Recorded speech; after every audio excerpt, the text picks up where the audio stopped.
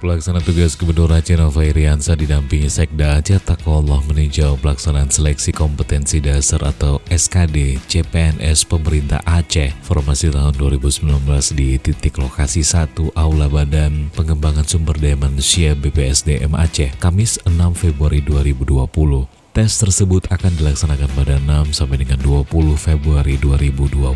PLT Gubernur Aceh mengatakan pihaknya mendukung pelaksanaan tes seleksi kompetensi dasar atau SKD calon pegawai negeri sipil CPNS 2019 di lingkungan pemerintah Aceh agar dapat berlangsung dengan baik. Terdapat beberapa hal yang dicek oleh Nova Iriansyah di lokasi tes, terutama sarana prasarana dan fasilitas pendukung kesiapan dan kenyamanan ruang tes, seperti kesiapan pasokan jaringan listrik dan internet selama pelaksanaan tes SKD CPNS 2019 berlangsung.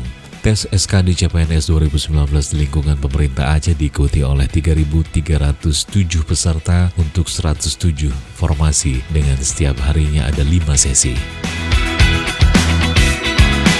Berapa nih? Oke, kira-kira 4 kan? Benar 4 kecamatan?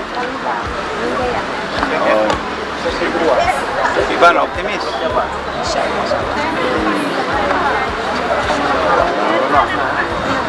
Nah, bahan tu nak?